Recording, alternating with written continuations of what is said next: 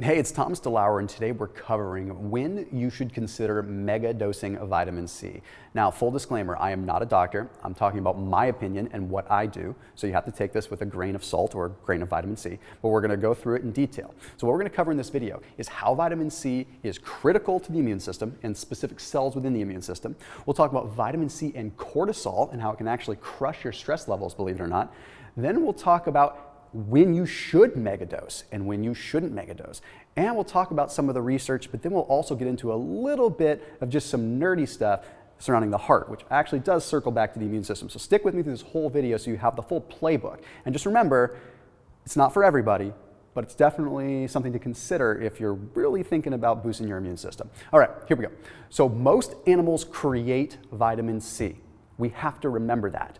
Humans are the anomaly. So most animals have an enzyme that allows them to take glucose and turn it into vitamin C. Since humans lack that, we need to be popping vitamin C. That's why it's always pushed, right? Well, here's what it looks like. We have immune cells, and these immune cells have little vitamin C transporters on them. And what those vitamin C transporters do is that they take vitamin C from the blood and suck it into the immune cell as soon as we're sick, or as soon as we're immunosuppressed, or compromised, or tired, or stressed. So the point is, we don't really need vitamin C all the time. We just need it as soon as our immune cells become active. Problem is, we don't always know when our immune cells become active. Now, if we look at animals, it's been shown that most animals that produce vitamin C will produce 10 times the amount of vitamin C as soon as they become immunosuppressed, tired, sick, starting to get sick, stressed out. And this has been seen in studies with goats where they actually produce like over 100,000 milligrams of vitamin C when needed. That's what? That'd be like a ton of capsules, and I'm not saying you go out and do that. Point is, our natural bodies know what to do, but we lost the ability to create that vitamin C hundreds of thousands of years ago. So what's interesting about our bodies is when we have an infection or anything like that, our little immune cells will suck up so much vitamin C, they'll suck up 100 times the plasma level of vitamin C in our blood just into the actual immune cell itself. So you can start to do the math here, right?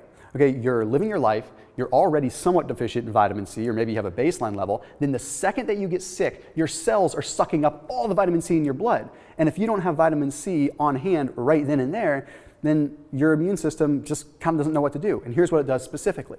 So we have natural killer cells. Okay, these are the big beasts. See, these are the big warriors. They're like the black ops. They're the special forces guys that go in and they just, boom, eradicate the virus. They soak up most of the vitamin C. And the vitamin C is required within those natural killer cells to help them navigate to the virus. Okay, it's like their night vision goggles. Helps them get to that virus so that they can neutralize it. Without vitamin C, they can still do their job, but they kind of just roam just aimlessly. Imagine sending special forces helicopters into enemy territory, but with no radar or anything. Just go, okay, see what happens. So that's kind of what's happening without vitamin C in kind of a loose sense, right?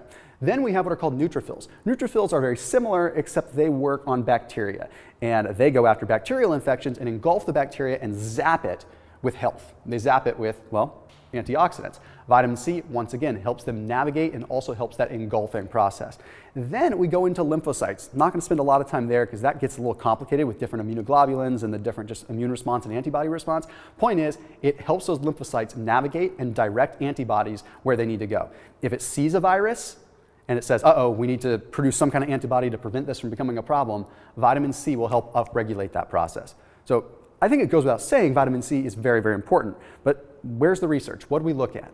One study that I like that was published in 2014 in the journal Nutrient took a look at test subjects that were either consuming placebo or a measly 1,000 milligrams of vitamin C. Okay, now over the course of time, they measured how often they got a cold. The people that consumed the vitamin C got a cold 47% of the time. 47% of them got a cold, sorry. That's still pretty bad, right? But when you compare it to placebo, 85%. So yeah, we almost cut that in half by taking 1,000 milligrams when immunosuppressed. Okay? Now the other cool thing about this is that those that took the vitamin C had an increase in their physical activity scores by 40%. That's what intrigues me because it makes us wonder, how often is our immune system revved up on high alert and it's fatiguing us, but we don't even realize it? So these people that took vitamin C, their physical activity improved because they had more energy because they were helping out an immune system that was active when they didn't know it. At least that's my theory, and that makes perfect sense, right? There's another indirect thing that we have to look at too. What is our first line of defense against any kind of virus or any kind of bacterial infection? It's our skin and it's our mucous membrane. It's our mucus, right? So it's our respiratory, it's the mucus that's in our nose, our mouth. It protects us from a virus coming in the first place. Well, collagen makes those bad boys up. And vitamin C is required for collagen to form the matrix, the helix that it actually needs to have structure. Without vitamin C, we don't have good collagen that forms mucus and skin to protect us. So it's pretty interesting stuff. Okay, now megadosing, I will say, okay, we've looked at Linus Pauling's research. He was all about having a baseline of 3,000 milligrams per day because he concluded that that's what we would produce as humans if we had the enzyme, if we actually had the enzyme to produce it. That's baseline. Okay, what about when we actually start looking at when we're sick? Well, he talked about taking between 15 and 18,000 milligrams per day when he was megadosing. Full disclaimer, I am not suggesting anyone go out and megadose. This is a YouTube video. I have to be very, very clear on that, but I will tell you what I do. Okay? When I start feeling run down, sleep deprived, or sick, I usually up for anywhere from 7 to 15,000 milligrams depending on the product and depending on how I'm feeling. That's just me.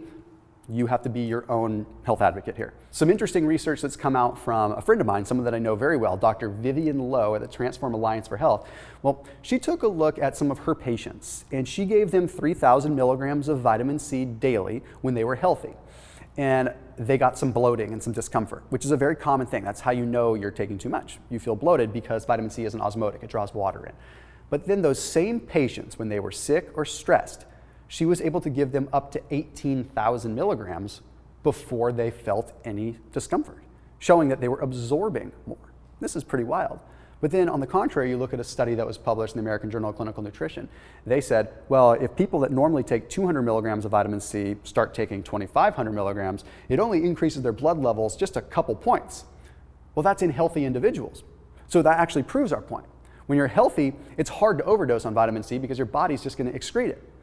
But when you're sick, your body's going to utilize it, just like Dr. Vivian Lowe found.